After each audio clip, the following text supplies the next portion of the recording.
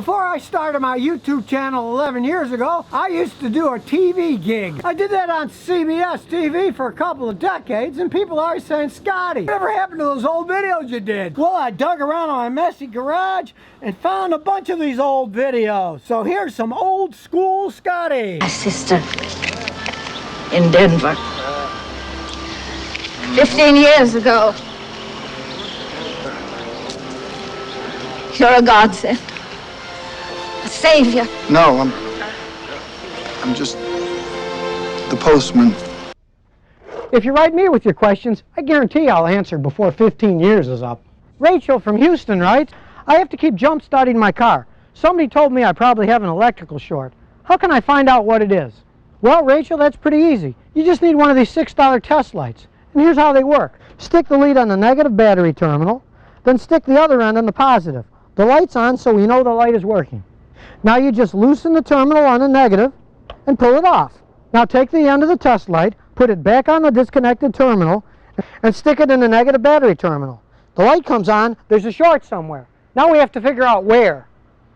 So we'll go to the fuse box, take the top off, and start pulling the fuses out one at a time. When we get to the correct fuse, the light will go out. It wasn't that fuse. Let's try another fuse. We'll check the next fuse. When we pull it out, the light goes out. So that's where the problem is. That's the dome fuse. So there's a problem in your dome light. If you don't want to go through the trouble of going through all the wiring and trying to find where the short is, you can just go and take the bulb out of the dome light. Then it won't drain any electricity. You won't have a dome light, but you won't have a problem anymore with your battery draining. Elizabeth from Seabrook writes, I'm thinking about maintaining my own car. I want to change my oil and filter. How should I do it correctly? Well, Elizabeth, it's pretty simple. Just get one of these drain pans. They cost about $3. Then unscrew the top so you can drain the oil and put it under the car. Then get an old empty milk jug and have a radiator funnel. These cost about 99 cents and they fit right into the jug. Then when the oil's done draining, put the top back on and pour it into the milk jug so you don't spill it anywhere. If you live in the city of Houston like me, throw it in your recycling bin. The city will take it away. If you don't live in a recycling area, just go to any auto parts store. They all take used motor oil. The only other tip you need concerns the oil filter. Before you put the oil filter on, get some clean oil, stick a little on the end of your finger, and wipe it all over the gasket of the oil filter.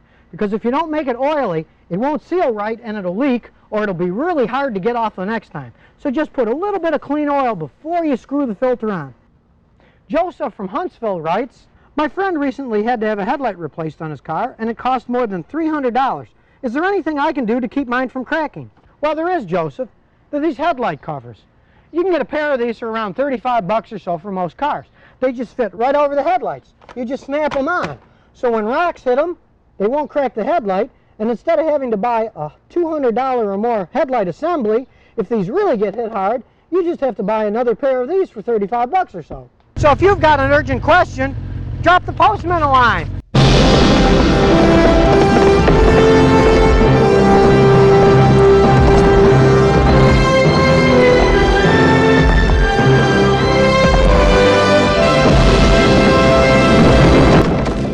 I'll answer it as fast as I can.